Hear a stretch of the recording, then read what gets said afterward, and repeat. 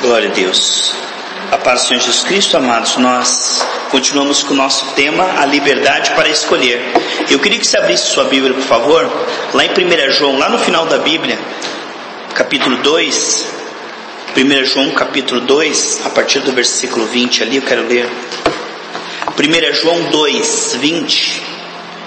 Liberdade de escolher é essa condição sobrenatural que nós estamos agora pelo Espírito Santo. Há uma batalha em andamento entre a carne e o Espírito, mas graças a Deus que essa vitória já foi concedida na cruz do Calvário. Jesus na cruz do Calvário já venceu essa batalha e nos deu a presença do Espírito Santo para dentro de nós, que é maior que qualquer coisa. Se nós nos focarmos na presença do Senhor em nós, que é muito maior que qualquer desafio, tentação, prova, nós nunca nos veremos em desvantagem. Isso é importante, que nós acordemos para o fato de que agora nós podemos decidir no Espírito. E então, quando você decide no Espírito, a tua carne ela tem que se dobrar diante da sua decisão. E 1 João 2,20 diz assim: e vós possuís a unção que vem do Santo, e tendes conhecimento. Versículo 27. Quanto a vós outros, a unção que dele recebestes permanece em vós, e não tendes necessidade de que alguém vos ensine, mas como a sua unção vos ensina a respeito de todas as coisas, e é verdadeira e não é falsa, permanecei nele como ela vos ensinou. Algumas pessoas podem compreender na carne esse versículo, e você sabe que muitas heresias se levantam de um versículo isolado. Esse versículo 27 aqui, se a pessoa ler solto, parece que porque você tem a unção não precisa aprender ministério de ensino na igreja, não precisa aprender a palavra, porque até se levantou uma igreja em cima desse versículo aqui, que estudar a Bíblia, fazer seminários, tudo é pecado, porque o Espírito te dará na hora a palavra, então você não precisa. Mas aqui, se você ler esse texto, veja lá no versículo 22, que diz assim: quem é mentiroso senão aquele que nega que Jesus é o Cristo? Este é o anticristo que nega o Pai e o Filho. Esse capítulo 2 aqui fala de que Cristo é a verdade e que tem um anticristo que é o espírito do erro. Então ele fala da unção, que você não precisa aprender se Jesus é o Messias ou não é, se ele é o falso Cristo ou o verdadeiro Cristo, porque você sabe que Jesus Cristo é o único caminho, a verdade e a vida. Então o que ele está falando aqui, que não precisamos de ensino a respeito de um outro Messias, porque Jesus é o Cristo. É interessante nós vermos aqui quando diz que a unção permanece em vocês. Vamos ver aqui Romanos 7, há uma batalha em andamento. E é maravilhoso saber que essa unção, ela não somente nos mantém fiéis, mas ela flui como rios de água viva, né? Lá em João 7,38 diz que rios fluirão do seu ventre. Essa unção ela flui de forma soberana. Por quê? Porque o Espírito Santo que está em nós é aquele que tirou Jesus do túmulo. É um poder extraordinário, amados, muito maior que esse século, do que essa criação. O Espírito que nós habita, ele é capaz de tudo. Tudo é possível. Veja lá. Romanos 7,25 diz assim: graças a Deus por Jesus Cristo. Ele estava falando do conflito, né, de querer uma coisa na sua condição e se esforçar. O capítulo 7 mostra Paulo se esforçando para vencer as tendências da carne. E ele está bem no meio de um conflito. E ele diz: mas quem me livrará desse corpo da morte? E no versículo 25 ele diz assim: graças a Deus por Jesus Cristo, nosso Senhor, de maneira que eu, de mim mesmo, com a mente, sou escravo da lei de Deus, mas segundo a carne, da lei do pecado. Aqui está bem no meio, a alma no meio, a carne aqui tentando e o Espírito aqui, apto para nos ajudar através da nossa decisão. Ele diz: graças a Deus. Esse graças a Deus é uma coisa interessante, ele escrever esse graças a Deus. Com a minha mente, eu estou decidido, no meu espírito, a palavra do Senhor. E tem um corpo que está aqui na lei do pecado. Por que ele dá graças a Deus? Justamente porque isso traz glória para Deus. Veja aqui em Tiago capítulo 1. lá no final da Bíblia, Tiago, capítulo 1, um versículo que muitas pessoas podem até achar estranho o que ele diz aqui, queridos.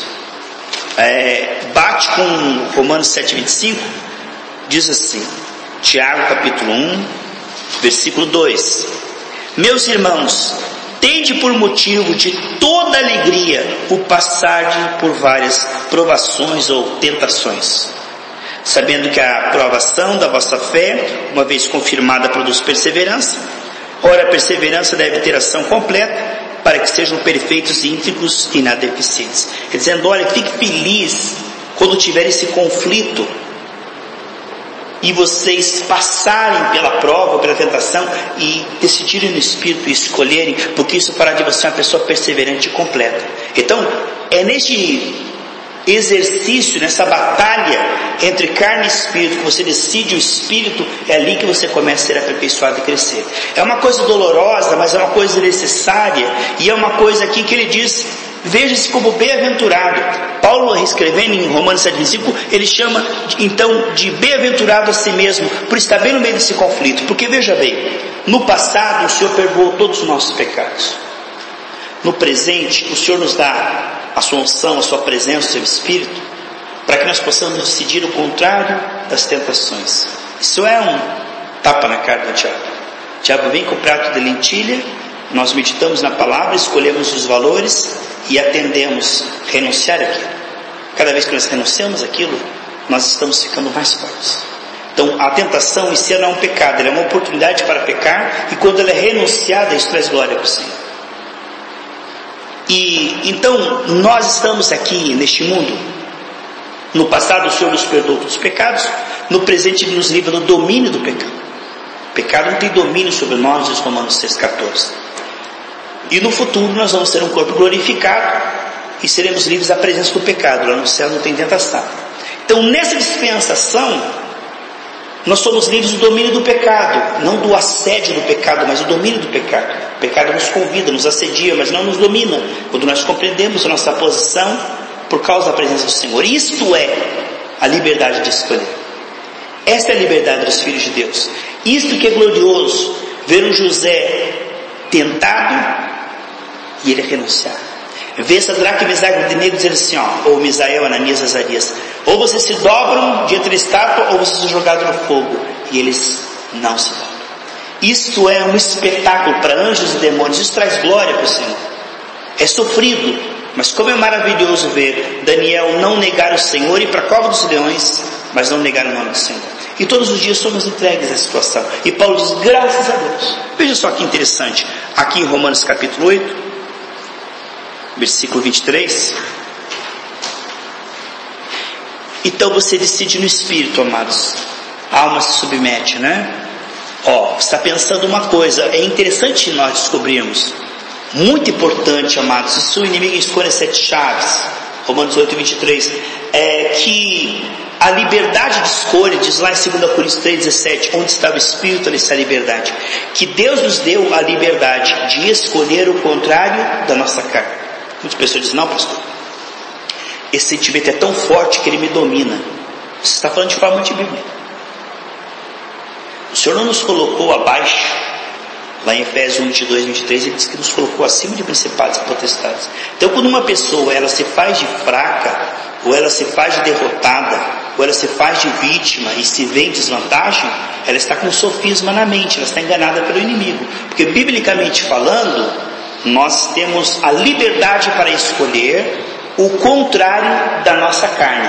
A nossa carne está sentindo desejo, nossa carne está tendo um pensamento antibíblico, a nossa carne está tendo um sentimento antibíblico. Isso acontece. Mas nós temos a liberdade para escolher o contrário. Estou preocupado, eu decido agora adorar o Senhor e pensar em outras coisas. Essa é a liberdade, filho de Deus. Quando Adão e Eva caíram, eles perderam isso. A pessoa ficava numa esfera de escravidão. Então se entrava a preocupação reinava. Entrava a impureza, a malícia reinava. Entrava a paixão, pronto. A pessoa era, como nós somos feitos um pouco menor que os anjos e o homem estava sob a influência de Satanás, então se viesse uma tristeza, ficava. Uma raiva, ficava. O que a pessoa escrava faz? Ela se sujeita. ela se conforma, ela se dobra. Então, vem uma mágoa. Essa mágoa veio, pronto. Agora eu vou ficar chateado com essa pessoa por décadas até destruir toda a minha saúde. Porque nós não fomos feitos para a mágoa, mas para o perdão e o amor. Agora, a liberdade dos filhos de Deus é essa condição sobrenatural, e é importante que nós tenhamos a nossa mente renovada através da palavra para compreendermos essa condição que parece, por causa da nossa carne, que ainda não aconteceu. Por exemplo, a pessoa recebe Jesus e continua sendo tentada na carne. Aí ela começa a pensar, mas eu não nasci do alto, como é que tu tem esses desejos, esses pensamentos? Como é que ainda está acontecendo isso? Então eu sou mau. Porque ela atribui a ela as coisas da carne. Ela não é a carne, ela é o poder de decisão no Espírito. Tanto que Paulo diz aqui em Romanos 7, nós estudamos isso durante muito tempo, eu já vou ler Romanos 8 que eu tinha citado, mas aqui em Romanos 7, veja lá, que diz assim, olha, Romanos 7,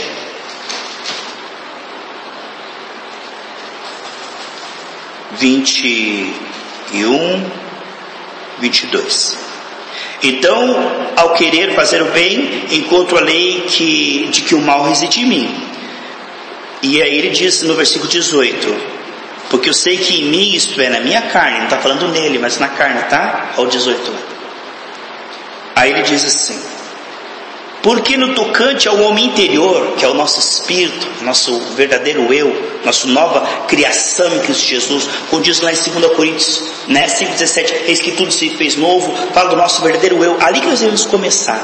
Aonde é que a batalha foi ganha, amados? No nosso espírito. Aonde que o diabo quer que nós nos atenhamos? Neste mundo caído, nos efeitos deste mundo que jaz no maligno, que ele quer que nós olhemos para a nossa carne, para a carne dos outros. A última coisa que o inimigo quer é que nós percebamos o quê? Que nós somos no Espírito, a nossa nova criação, porque ali começou a vitória. Aquele que começou a boa obra, diz lá em Filipenses 6, ser fiel para completar. Onde é que a boa obra começou? No nosso Espírito. E vai trabalhando na nossa alma, e depois lá no céu nós teremos um corpo glorificado. Então o inimigo, ele não quer que você se atenha aonde é que a vitória está, porque nós somos um só com o Senhor no nosso espírito.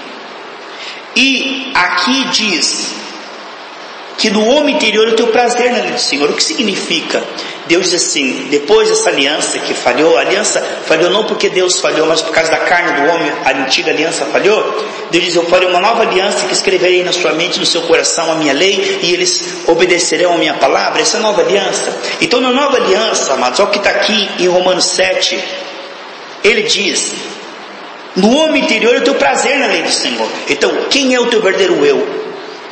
Diz em Gálatas 4,6 que Deus nos deu um espírito que geme, Abba, Pai. O nosso verdadeiro eu, ele ama a palavra. Nosso novo eu criado em Cristo Jesus. Nós somos um com o Senhor. Nós amamos a palavra e amamos o Senhor. E amamos as pessoas. Esse é o nosso verdadeiro eu. Mas a nossa carne milita contra nós. É um inimigo. Nossa carne é um inimigo. E muitas vezes nós atribuímos a nós mesmos as tentações da nossa carne e nos culpamos. Mas aqui está dizendo que o nosso novo eu tem prazer na lei do Senhor e tem prazer em Deus. Então, quando vier um pensamento, eu tenho prazer, havia uma seta no maligno, eu tenho prazer de brigar. Não, eu tenho prazer em amar e perdoar, porque eu fui feito em imagem e semelhança do Senhor. Então isso é uma tentação na minha carne, eu não posso atribuir isso a mim. Eu confesso isso, não vou agora dizer, minha carne não tem nada com isso. Não, confesso, cubro com o sangue. Mas eu não posso atribuir culpa. Por quê? Porque a nova criação ela não é tocada pelo maligno. No nosso espírito nós temos prazer no Senhor. Então quando vier qualquer pensamento que não seja bíblico, não é você, sua. Porque a tua mente, diz lá em 1 Coríntios 2,16, que nós temos a mente de Cristo. Então esses pensamentos de preocupação, dúvida, ansiedade, não é você, são dardos inflamados do maligno que vem na primeira voz, na primeira pessoa e com a tua voz. Porque se o inimigo diz assim, vou colocar uma preocupação em você, você fala, sai, então ele vem com a sua voz, na sua pessoa, dizer assim, estou preocupado, para que você pense que é você, mas você não está preocupado, você é um espírito de fé. Mas na tua carne você está sendo atacado pela preocupação. E é importante você discernir que no homem interior você tem prazer no Senhor, e que no homem interior você pode decidir, eu rejeito isso aqui. Como diz o Salmo 56,3, no dia que eu tiver medo, eu decido confiar no Senhor. Então, esse contra-ataque, essa espada do Espírito, esse poder de decisão, essa liberdade de decisão, ela é essa condição que nós recebemos agora de liberdade, de decidir, de interceptar o que é carne, renunciar, de decidir, isso não vai ficar, isso vai sair, eu rejeito, eu resisto, eu expulso. Resista ao diabo com a unção que está em você, e ele fugirá de você. Porque o trabalho do diabo é nos atacar na mente com preocupação, com dúvida, ansiedade, atacar o nosso coração com mágoa, ressentimento, ódio, atacar o nosso corpo com preguiça, mundanismo, paixão, carnalidade, sensualidade, avareza, certo? Isso é o trabalho do diabo. Mas é importante nós compreendermos que a vitória já começou no Espírito, e que nós somos colocados acima disso, e que nós podemos renunciar a isso, e que isso não faz parte da nossa nova vida, e que nós temos liberdade para escolher, e que a nossa nova natureza não tem prazer nessas coisas. Quem tem prazer nessas coisas é a nossa carne, mas vamos receber um corpo glorificado. Então nós podemos, por enquanto, só renunciar. Sempre haverá essas ofertas, mas no céu não haverá. Veja aqui, quando ele fala sobre isso que eu estou falando, Romanos 8, 23. E não somente ela, aqui está falando da criação, né? A criação que caiu, nós somos a nova criação. E não somente ela, ele está falando da criação em Adão, né? Não somente ela, mas também nós. Então ele está falando, nós não somos essa criação, nós somos uma nova criação. Ele diz lá no 23, não somente ela, mas também nós que temos as primícias do Espírito. E que é a primícia do Espírito? A obra começou no Espírito. O Espírito Santo está no nosso Espírito, mas a nossa alma ainda está sendo restaurada e o nosso corpo ainda não foi glorificado. Por isso que é a primícia do Espírito. O processo começou no Espírito. Aí ele diz, nós gememos. Ele está falando de um gemido. Por que gemido que ele está falando? A redenção do nosso corpo. Receber um corpo glorificado. Nós não queremos isto. Essa tentação nos faz mal, mas nós temos que passar por isso. Veja lá. E não somente ela, mas nós que temos a primícia do Espírito, igualmente, gememos em nosso íntimo. Aonde que é o gemido? É no Espírito. Aguardando a adoção de filhos, a redenção do nosso corpo, ou seja, o corpo glorificado. Por quê? Na esperança fomos salvos. Ora, a esperança que se vê não é esperança, pois o que alguém vê, como espera? Se você já tivesse um corpo glorificado, para que você ia precisar vencer a tentação? E por que você tinha que esperar um corpo glorificado? Ora, ninguém espera por aquilo que já tem, ele está falando. Mas se esperamos o que não vemos, com paciência o aguardamos. Então, a fé, ela é usada para aquilo que já nos foi concedido. Quando a Bíblia fala de fé, ela manda olhar lá para a cruz do Calvário, João 19:30, Jesus disse, está consumado. A fé, ela não espera acontecer, ela não espera que Deus vai fazer. A fé, ela ora e já está feito. Mas a esperança tem a ver com o que vai acontecer. Corpo glorificado. Então, para que esperança, com paciência esperamos e gememos. Por quê? Porque o conflito está aí, carne, espírito, tentação, escolha, decisão. Ele está falando sobre isso. Olha o 26. Também o Espírito semelhante nos assiste em nossa fraqueza, porque não sabemos orar como convém, mas o mesmo Espírito intercede por nós sobremaneira, com gemidos inexprimíveis. Então, não estamos sozinhos nessa peleja entre carne e espírito, esperando a redenção do nosso corpo, com paciência, mas sabemos que estamos supridos no nosso espírito, no nosso homem interior. Aqui o tema, a partir do versículo 18, aqui do capítulo 8 Romanos, tem um subtítulo aqui, os sofrimentos do presente e as glórias do porvir. Esse versículo aqui, pastor Geraldo, 24, também pode ser bem colocado, uma vez até você citou sobre isso, porque esperar aquilo que você já vê e já tem, né? Isso é correta aplicação, porque João Batista mandou os discípulos para Jesus e perguntou assim, és tu aquele que devia vir ou esperamos outro, né? Então as pessoas estavam usando esperança para aquilo que já tinham recebido. Então Jesus não vai vir curar ninguém, ele já curou na cruz do Calvário. Agora ele vai renovar nossa mente, porque ele é o autor e consumador da nossa fé. Como que isso funciona? Primeiro ele vai ter que renovar nossa mente, por isso que é importante o sentar e ouvir. Paulo treinou 3 anos e meio seus discípulos lá, Atos 20, 31. Essa renovação da mente é a coisa mais importante. Por quê? quando Deus renova a nossa mente, e nós compreendemos agora quem somos em Cristo Jesus, a nossa nova natureza, a nossa nova identidade, a nossa nova condição diante de Deus, nosso novo status, quando nós temos a nossa mente renovada, queridos, aí nós sabemos como agir em relação à fé, porque muitas pessoas estão esperando a bênção, sentados, carnais, soltando envelope, esperando que o Senhor o faça. Mas a fé verdadeira, diz Romanos lá, capítulo 10, versículo, pegue lá, a gente já está aqui em Romanos 9 mesmo, então vira a página aqui, vamos ver ali. Eu vou ler aqui Romanos 10, dos 6 e diante. Mas a justiça decorrente da fé assim diz: não pergunte em seu coração, né? Essa não é a fé que fica esperando o que o Senhor vai fazer. Não pergunte em teu coração quem subirá ao céu, isto é, para trazer do alto a Cristo. Então existe aquela fé, como é que eu trago Cristo para essa situação? Como é que eu pego Cristo lá do céu e faço ele ver esse problema de saúde, esse problema financeiro? Eu vou dar um envelope, vou chamar a atenção do Senhor, faço qualquer coisa para chamar a atenção dele. Um envelope, isso não é a fé que nós estamos falando da nova aliança aqui, isso é equívoco teológico, isso não é compreender a dispensação. Lembra-se quando chegaram para Jesus e acordaram ele: Senhor, o barco está afundando? Ele não chamou isso de fé, ele esperava que eles agissem aquilo, porque o Senhor havia dado unção para eles. Então nessa nova dispensação que nós estamos agora, no Antigo Testamento você queria Deus, você ia lá para Israel, lá no tabernáculo, lá com Moisés. A dispensação do Pai era uma localização geográfica. Deus só estava ali. A Shekinah dele só estava ali, aquela glória. Quando você está na dispensação do Filho, você quer ser curado? Vá onde Jesus está, procure ele ceguinho e toque nele. Essa é a dispensação do Filho, o Emanuel. Mas não estamos na dispensação de Emanuel. Ele diz: olha, eu estou com vocês, mas é melhor que eu vá, porque eu estou agora com vocês. Emanuel, Deus conosco. Mas se eu for, ele virá para dentro de vocês. Essa é a nova dispensação.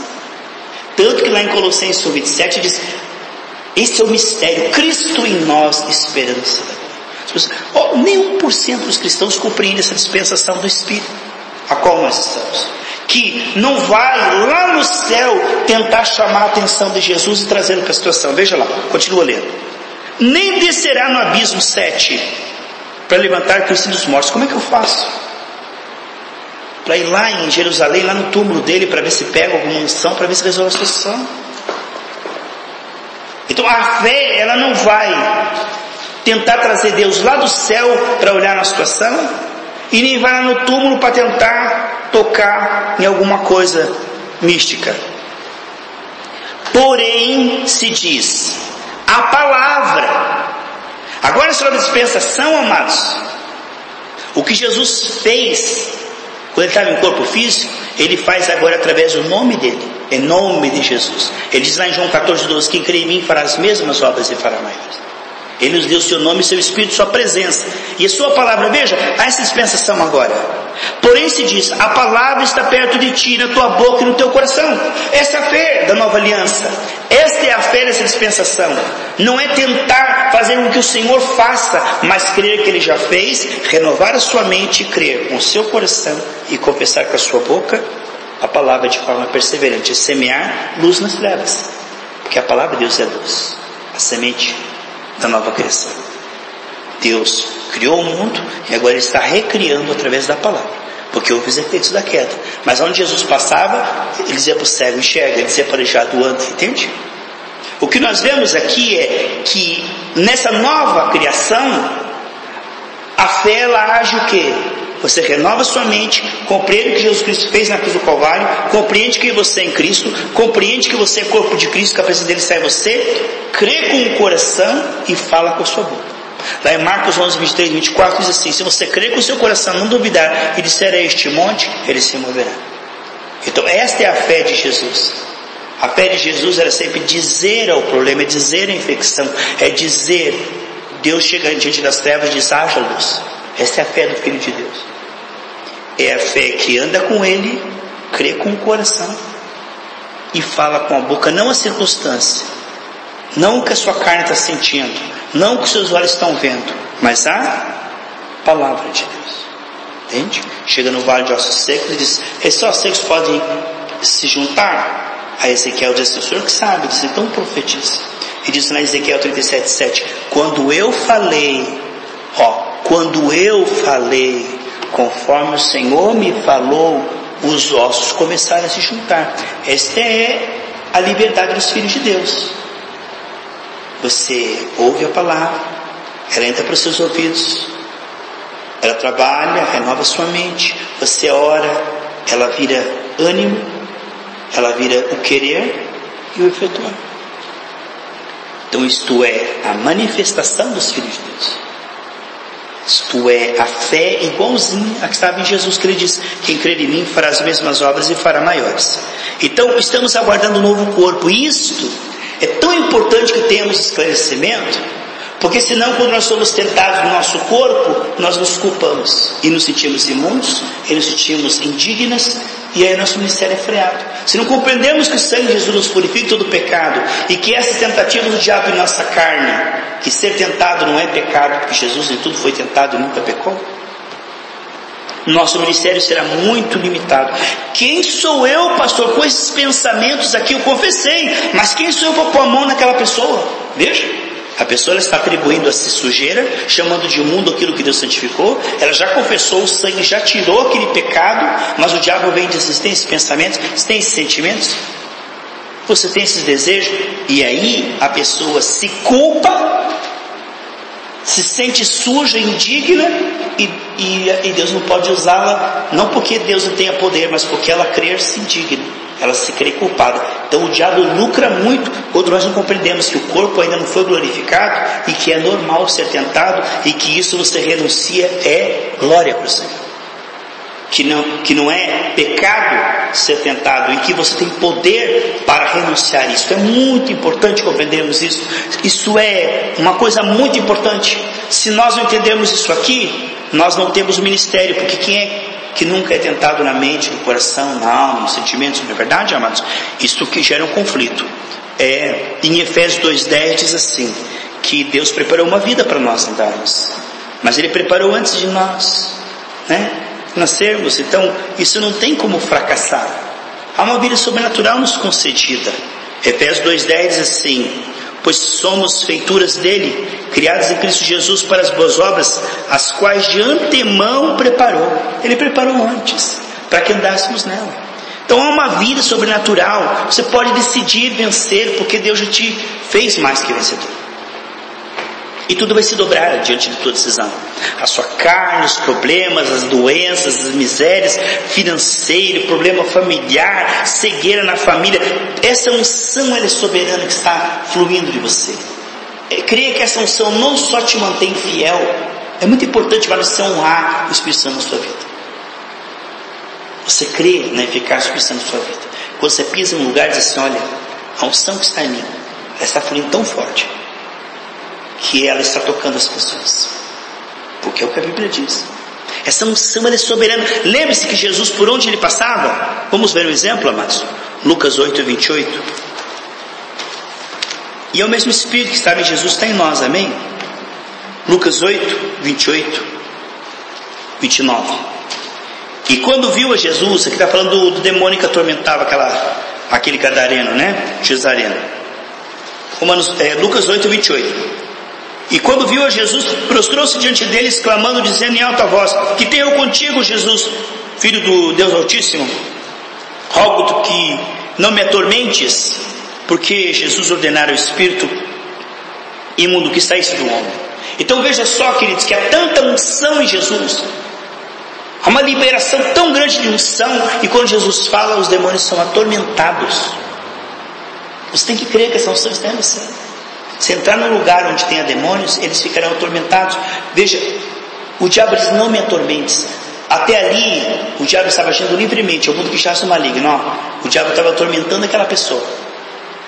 Quando Jesus chega, o demônio fica atormentado. Então você crê que quando você chega, a miséria fica atormentada, a doença fica atormentada? Aonde você chega? Abraão no deserto ficou próspero.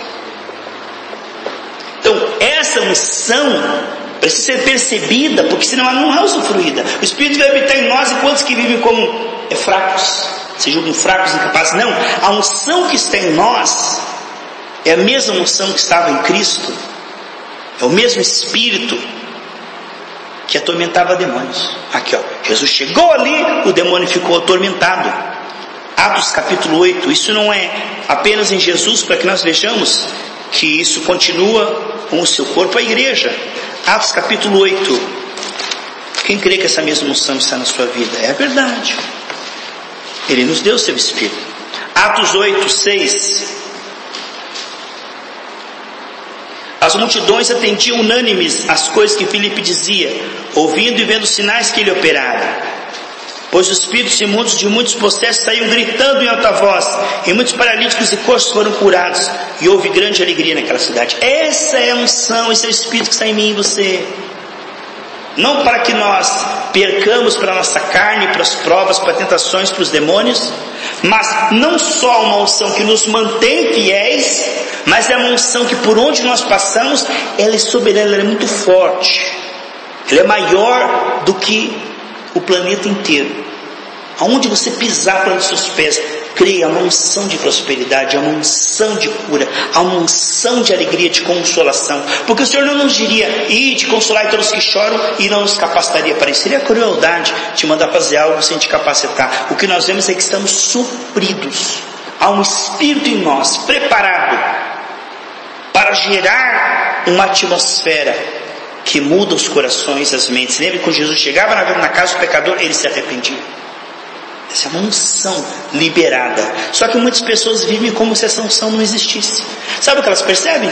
Os problemas, o defeito dos outros, mas elas não percebem a unção que está fluindo delas.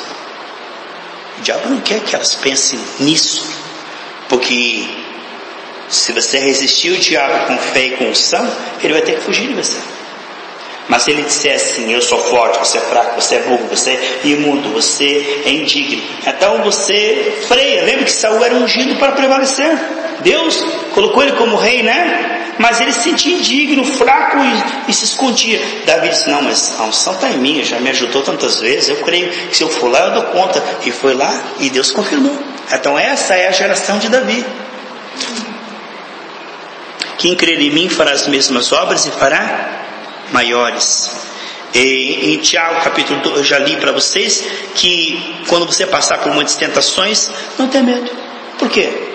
Porque o poder de decisão ele é maior. Não tenha medo, amados, das tentações. Nós fomos colocados acima disso. Esse sentimento nunca será maior. Lá em 1 Coríntios 10, 13, Deus disse que nunca seremos tentados acima do que podemos suportar. Então, quando vier alguma coisa contra você, lembre-se de Isaías 54, 17, que toda ferramenta preparada contra ti não prosperará. Então não tem no arsenal do diabo condição de nos vencer. Amados, se veja sempre superior a qualquer luta em Cristo Jesus. Nunca veja-se em desvantagem, fragilizado, incapaz. Se veja capaz. Olha o que Deus disse lá para Josué capítulo 1, versículo 5. Nenhum inimigo ficará de pé diante de você. Então veja todo inimigo que vem contra você como inferior a você, como embaixo dos seus pés, como alguém que você é superior, que você dá conta, que você vence. Nunca veja aquela tentação, aquele problema financeiro, aquele problema de saúde, aquele problema familiar como maior, como impossível. Mas diga, não, a unção que está em mim é maior, ela está trabalhando. Água mole e pedra dura, tanto bate até que fura. Essa unção está trabalhando, está atormentando esse demônio. Esse demônio está se sentindo incomodado, ele vai ter que sair. Mas o diabo diz, não, você não tem força contra mim, sou poderoso, eu fico aqui, eu vou arrebentar. E a pessoa não se apercebe de que ela agora tem o maior. 1 João 4,4, o maior é aquele que está em você, porque aquele que está no mundo. Gálatas 5,16, andai no Espírito e não cumprireis com o concupiscência da carne. Então o diabo tenta via carne, amados. A carne é o inimigo, mas ela vai ter que se dobrar, porque você se decide obedecer. Deus te deu o Espírito, Atos 5,32, o Espírito Santo que Deus deu àqueles que lhe obedecem.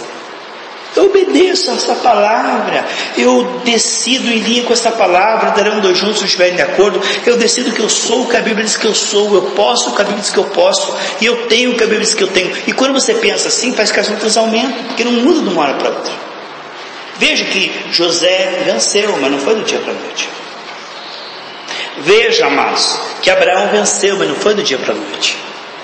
Veja que Davi venceu, mas não foi do dia para a noite. Por isso diz Hebreus 6,12, que eles venceram através da fé e da perseverança. Hebreus 6,12. O que é a fé e a perseverança? Tem coisas que você vai falar uma vez e vai acontecer. Mas tem coisas que vai ter que esperar 20, 30, 40 anos. Mas esses 20, 30, 40 anos com alegria, com paz e confessando, já aconteceu. E semeando, já aconteceu. Veja, já aconteceu. Está escrito, já aconteceu. Fale, já aconteceu. Isso é fé. É crer no coração e falar com a boca a palavra. O diabo está mentindo, não aconteceu não. Para mim, eu vivo não no tempo e espaço, porque o tempo e espaço é assim. Essa esfera que estamos aqui, essa dimensão que estamos aqui, é tempo e espaço. Mas Deus, o eterno, não está no tempo e espaço. Para Ele, lembra que o Cordeiro foi morto antes da fundação do mundo? Para Ele te vê como mais que vencedor.